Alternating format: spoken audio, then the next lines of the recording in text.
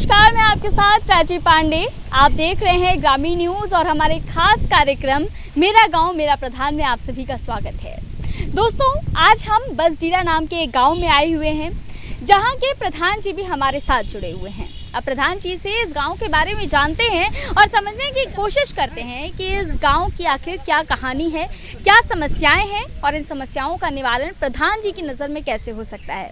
बहुत बहुत स्वागत है आपका प्रधान जी। धन्यवाद। अपना नाम बता दें। विनय कुमार शुक्ला। अच्छा, कब प्रधान बने आप इस गांव? अभी साल भर हो गया, एक साल पूरा होने वाला। मतलब अभी रिसेंटली आप बने हैं। और इसके पहले जो प्रधान जी थे वो कौन थे, क्या नाम था उनका? इसी गांव के थे, कृपा संघ किरण देवी थी। अच्छा, बोलिए। तो ये बताइए हमें कि आप जब से इस गांव में प्रधान बने हैं, तब से मुख्य रूप से आपने क्या क्या काम करवाए हैं और अभी क्या आपकी लिस्ट में है?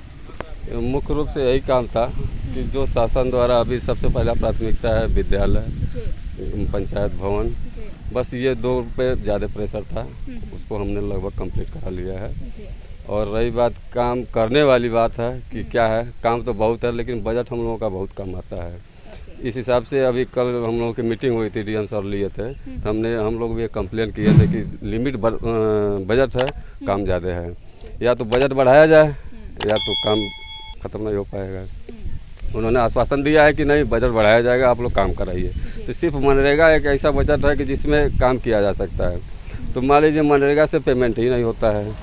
पेमेंट क्यों नहीं आती है? बहुत विलम्ब से आती है। कल हम लोग भी इस चीज़ का शिकायत किए थे वहाँ। अच्छा। तो उन्होंने कहा कि नहीं, जल्दी से जल्दी अब आएगा। मतलब लोगों को काम करा लिया जाता है और उसके बाद उनकी पेमेंट नहीं आती? एक महीना हो जाता है, दो महीना हो जाता है, रुक जाता है, इस तरह से वर्क जो है। और काम करने वाली बात है, सबसे बड़ी समस्या है काम कराने के बाद भी लोग परेशान रहे तो हमें अपने पास से उन लोगों को देना पड़ता है। बाद में जो है गवर्नमेंट का पैसा, मान लीजिए मजदूर आदमी वो लोग काम करेंगे, उनको पैसा चाहिए, तब आके रोटी खाएंगे। तो ये दिक्कतें हम लोगों के सामने आ रही है।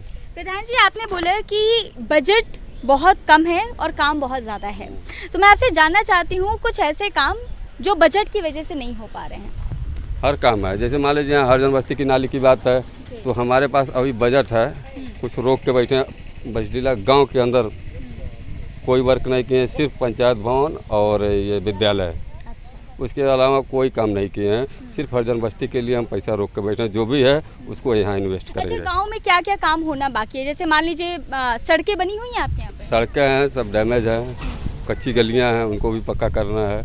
इस तरह से हर काम पेंडिंग पड़ा हुआ है अभी। हर काम पेंडिंग है।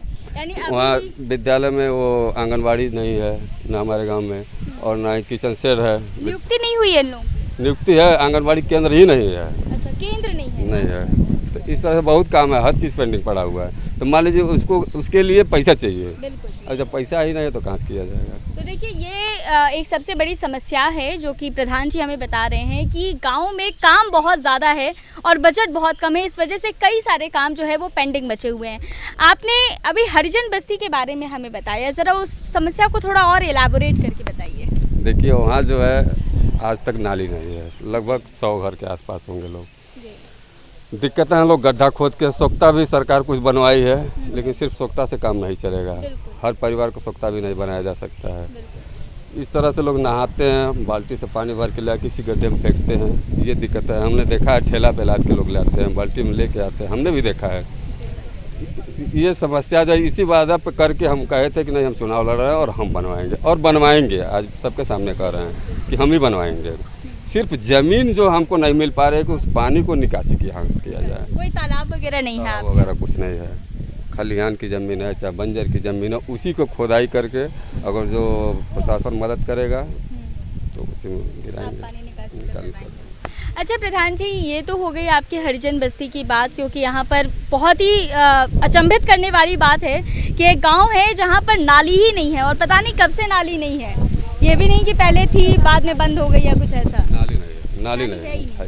तो देखिए, जब से जो है भारत देश हमारा कहा जाता है कि अब हम आधुनिकता की ओर बढ़ रहे हैं, गांव जो है वो विकसित हो चुके हैं, लेकिन अभी भी एक ऐसा गांव है और उस गांव के हरिजन बस्ती में आज तक नाली नहीं बनी है, लोग अपने जल निकासी के लिए उनके पास कोई सुविधा नहीं है, उन्हें गंदे पानी को इकट्ठा करना पड़ता है और उस पानी को बाल्टियों में भर करके, जैसा कि प्रधान जी बता रहे हैं, बाल्टियों में भर करके उन्हें ले जाना पड़ता है। तो ये एक अपने आप में एक बहुत बड़ी समस्या है।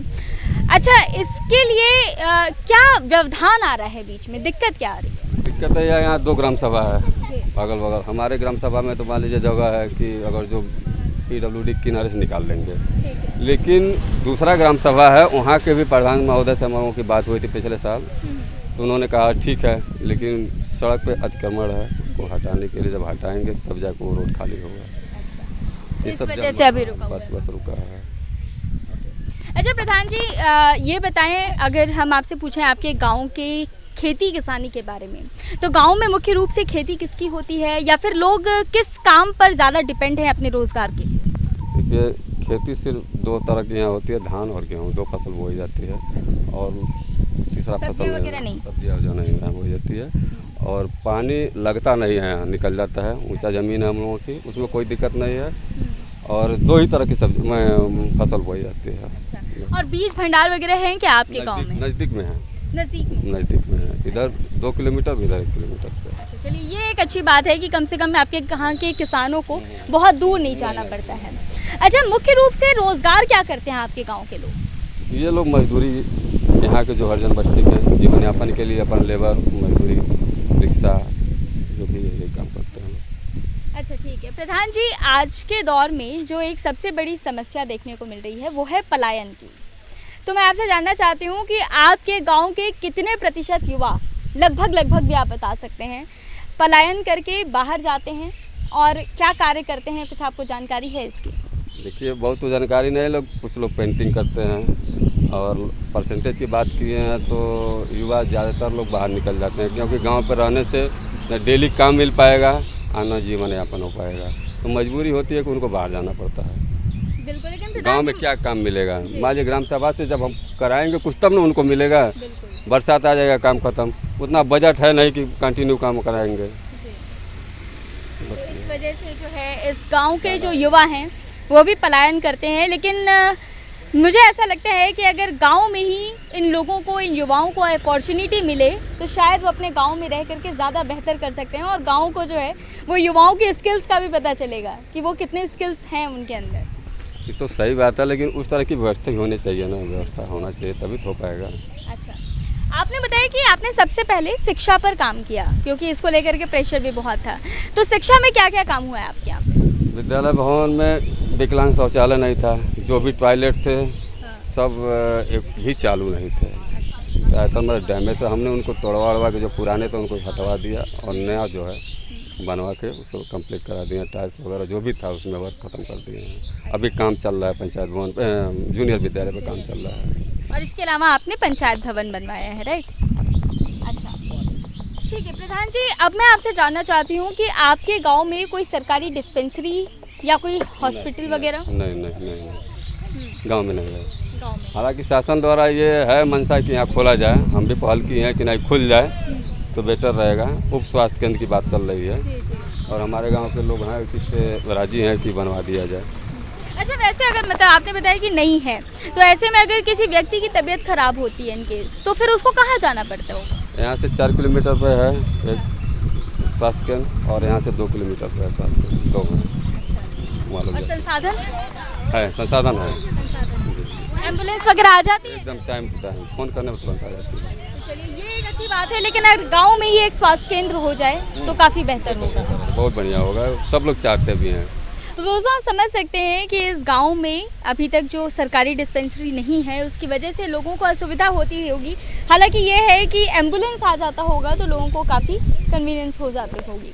अच्छा, ये बताइए हमें कि हमारे थे आपसे जाननी ये कि आपके गाँव की कोई ऐसी कहानी जो आपके बड़े बुजुर्गों ने आपको सुनाई हो, वो भी हमारे दर्शकों से आप साझा कर सकते हैं। कहानियाँ तो बहुत हैं, लेकिन मुख्य रूप से एक है कि हमारे गांव में जब अंदर जाएंगी तो 2 पीपल का पेड़ है, बहुत पुराना है। अच्छा, उसके बीच में है तालाब। अच्छा, तो ऋषि सरोवर का नाम इस समय दिया गया है। इसमें पूरा तत्व विभाग वाले जो है उस पर जाँच पड़ताल कर रहे हैं।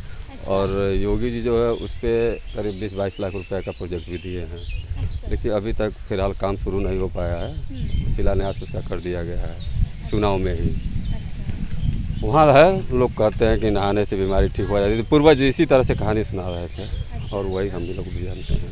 तो अभी भी उस पर जांच चल रही है पुरातत्व विभाग द्वारा? उन्होंने कर दिया है और वहाँ काम दिए थे, 22 लाख रुपए का प्रोजेक्ट दिए हैं, लेकिन हमने रुकवा दिया था कि अभी फसल हम लोगों की थी, इस नाते कि अभी रोक दीजिए, मिट्टी का काम, मिट्टी मिलेगी नहीं। जी। लेकिन वो टेंडर हो गया है उसका। जैसे कहा जाता है ना कि हर गांव की अपनी एक कहानी होती है, उसी तरीके से इस गांव में भी, जैसा कि हमें प्रधान जी ने बताया कि इस गांव में एक ऐसा तालाब है जिसको लेकर ये कहा जाता है कि उस तालाब में नहाने से आपको अगर कोई बीमारी हो तो वो बीमारी दूर हो जाती है, आप निरोग हो जाते हैं। इसको लेकर के पुरातत्व विभाग ने इसकी जाँच भी की और साथ ही योगी आदित्यनाथ जी द्वारा, जो कि यहाँ के सीएम हैं, उनके द्वारा एक 22 लाख का प्रोजेक्ट भी जो है यहाँ पर लाया गया था कि उसको बेहतर किया जा सके। तो इस तरीके से दोस्तों इस गांव के बारे में हमने आपको बताया, इस गांव से जुड़ी जो समस्याएं हैं, उससे जुड़ी जो कहानियां हैं, वो सब कुछ हमने आपसे साझा किया। तो आपको अगर हमारा ये प्रोग्राम पसंद आता हो तो हमारे डिजिटली सपोर्ट करिए, हमारे चैनल को लाइक करिए, सब्सक्राइब करिए, शेयर करिए। प्रधान जी, आखिर में हम आपसे जानना चाहेंगे कि आप हमारे दर्शकों से क्या कहना चाहेंगे?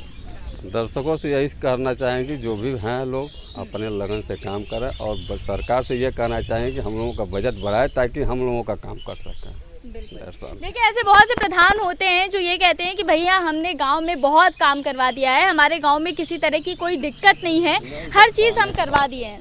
लेकिन अभी जिन प्रधान जी से मैं मिल रही हूँ, ये पहले ऐसे प्रधान हैं जो कह रहे हैं कि काम करने को बहुत है, बजट बहुत कम है। तो ये जो इन्होंने मुझे बताया है, ये बिल्कुल मुझे वाजिब समस्या लगती है और वाकई अगर बजट बढ़ाया जाए तो गाँव की तस्वीर को काफ़ी हद तक बदला जा सकता है। हम ऐसी और भी कहानियाँ आपके सामने लेकर आते रहेंगे। बने रहिए हमारे इस खास कार्यक्रम मेरा गांव मेरा प्रधान के साथ। अगर आपको हमारा ये वीडियो पसंद आया तो इसे लाइक और शेयर करें, साथ ही हमारे चैनल को सब्सक्राइब करना ना भूलें।